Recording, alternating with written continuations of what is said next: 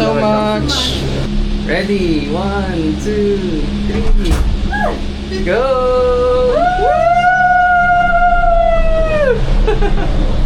Yes!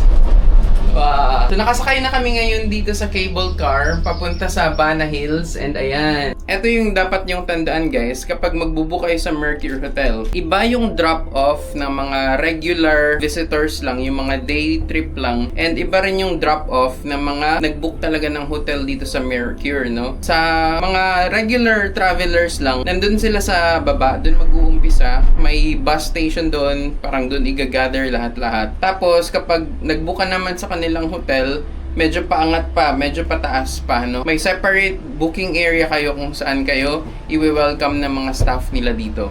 Hi! Ang ganda! Woo! Dito pa lang kami sa ano guys, dito pa lang kami sa cable car. Sulit na yung view, tingnan niyo naman. So ito yung isa sa mga pinakamahabang cable car na nandito sa Asia guys, no? Pagpunta mo ngayon ng Bana Hills, may babayaran ka sa cable car na around 1,500 pesos. Okay? Yung 1,500 pesos na yun na yung parang pamasahe mo dito sa cable car, papunta tsaka pabalik. Okay? Pero yung cable car na nandun mismo sa Bana Hills, hindi mo na yun babayaran. Kasama na yun sa booking mo, no? Ito lang yung may bayad, yung mahabang cable car. Pagpunta namin dito sa Bana Hills guys, hindi kami nag-book through Grab. Okay, nag-book kami sa private car lang kasi nakahanap ako ng murang transport papunta dito sa Bana Hills, no, galing sa Danang. Kasi nag-check ako sa Grab, yung presyo ng Grab nila kung galing ka sa Danang papuntang Bana Hills, medyo mas expensive siya doon sa napili kong ride, no? Sa Grab kasi guys, nasa around 315,000 or 310,000 dong, no? Mas mura yung nahanap namin kaya kinuha na lang namin siya. Now, bakit naman ako nag-book ng Bana Hills or Mercure Hotel ng one night, no? Kasi guys, na-realize ko kung sakaling babalik pa kami ng Danang, parang pareho lang rin yung gastos mo kasi magbubook ka rin ng hotel mo doon, no? Or kung sakaling nakabook ka man dati tapos binayaran mo rin yung hotel, so parang ganun din, parang nagbook ka rin ng another hotel. Ang kaibahan lang dito, or ang advantage lang kapag nagbook ka sa Mercure Hotel Bana Hills, kasi parang naging 2 days yung naging attraction mo dito sa Bana Hills, no? Pupunta ka today, tapos bukas magkakaroon ka pa ng chance na makapag-explore ulit. So parang 2 beses kang nag-explore sa Bana Hills, no? And ang kaganahan pa nito guys, yung mga nag-book ng hotel sa Mercure, no, may access sila to go to the Golden Bridge at an earlier time. Nasa around 6 AM pa lang pwede ka nang bumisita doon sa Golden Bridge nila. Ibig sabihin, masosolo mo yung Golden Bridge nila na walang katao-tao. Unlike na kapag magbubuka ng day tour lang, magbubukas yung tour nila ng around 7 AM to around 8 AM. And kapag nangyari yun, sabay-sabay yung turista. Ibig sabihin, mga buses, mga private cars, lahat yun sabay-sabay. Kaya ang daming tao kapag na-timingan mo yung mga ganong oras. So naisip ko, parang mas advantage ata na mag-book na lang ng hotel sa Mercure, no? Kasi pagpunta mo doon, masosolo mo yung mga attractions. Pag nag-book ka doon, parang same lang din naman na magbubook ka ng another hotel doon sa dating lugar mo, no? Kung nasaan ka man, kung nasa Danang ka or nasa Hoi An, magbabayad ka din naman ng transportation mo pabalik. So, parang ganun lang yung gastos niya, kumbaga.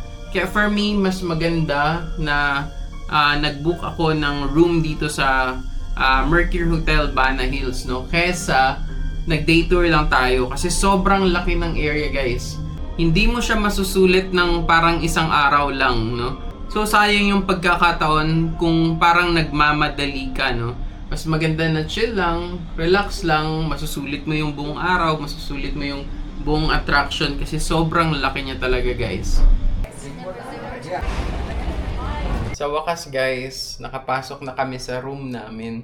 So first, may mga cabinet sila dito na pwede nyong paglagyan ng inyong mga gamit. Meron siyang refrigerator, merong safe. Tapos, dito na muna tayo sa CR. So, nasa labas yung kanyang lababo, salamin. Tapos, ito naman yung kanyang shower area. Ang ganda kasi naka-separate yung naka-separate yung sa toilet. So, may bidet rin siya. Punta tayo dito sa bed. Maganda yung kanyang bed. Yan, malaki siya. Malawak. Tapos, ayan. Nakikita dito yung bana. Pero wala masyadong view kasi eto lang yung nakayanan natin. Maliit lang siya na room. Tapos, yun, no?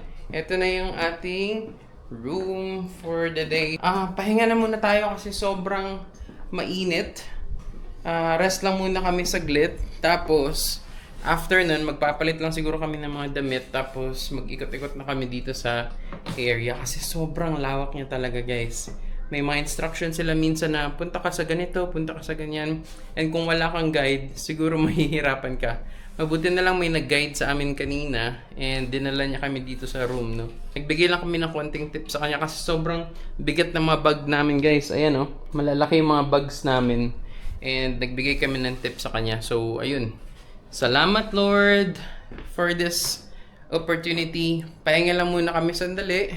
Mag-freshen up siguro, magbihis, and mag-explore dito sa Bana Hills. Bumili kami ng Alpine Coaster Ride ng 3 rounds sa iba't ibang location sa halagang 1,000 plus pesos. Sa isang ride na yun, dalawa kami yung sasakay.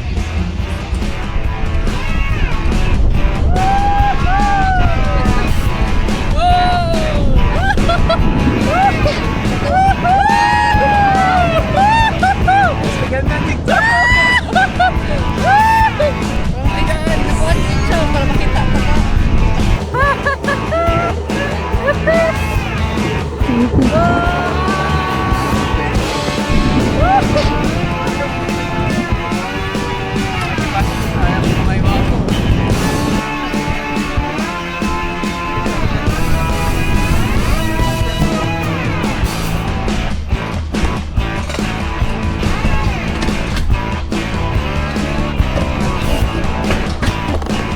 Guys, kasakanan eh.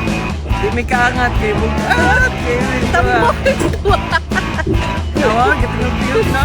Paano na yung mga pupunta kami ngayon sa Jurassic Park.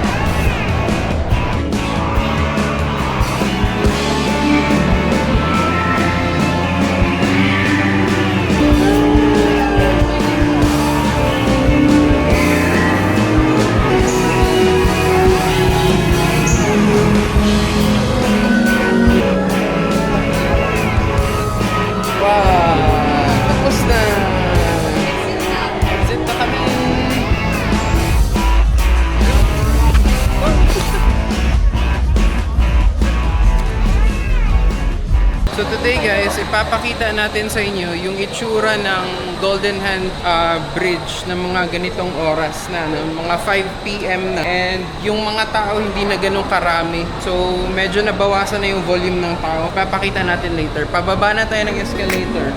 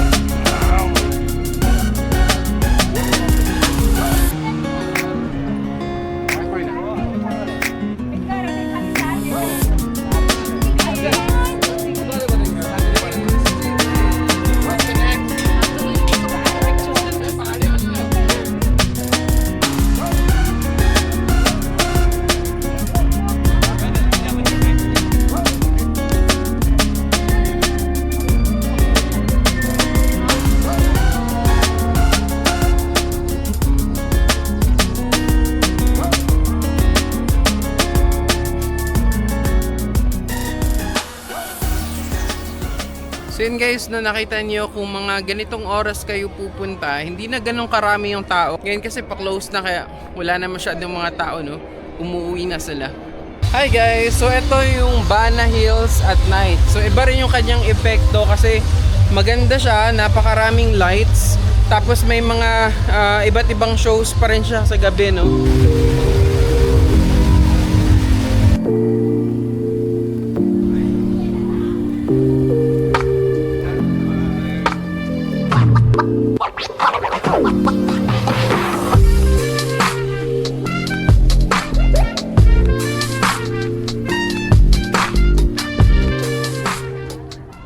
Sobrang ano na lang siya, no? Sobrang tahimik na para bang nasa ghost town ka and parang nasa enchanted place ka. Ang ganda ng lights, tahimik, mahangin, walang katao-tao, wala masyadong gulo.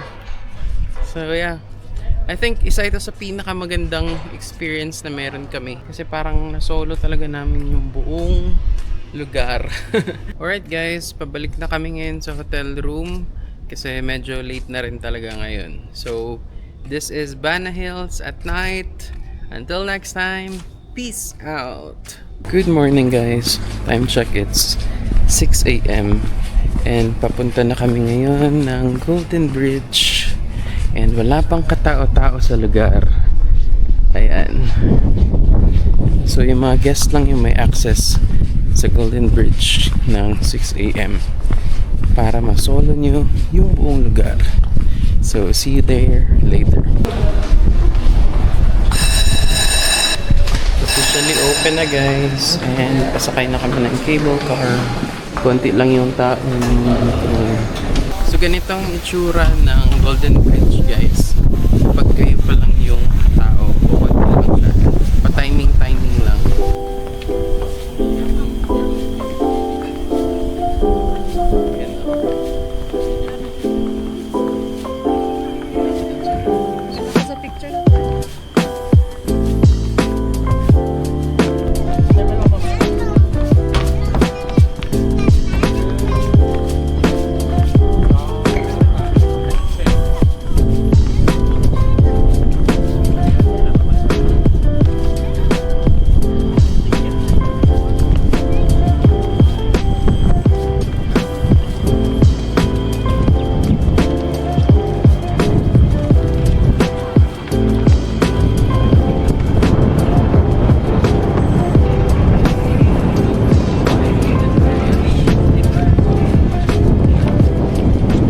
Alam niyo guys, ang secret dito sa pag-take ng photo sa Golden Bridge, huwag kayong palakad-lakad.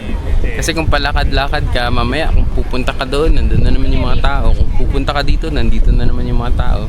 So ang secret lang nito guys, is hintayin mo na lang na mag-clear out itong spot na to. Stay ka lang sa spot na to and wait for it to clear out.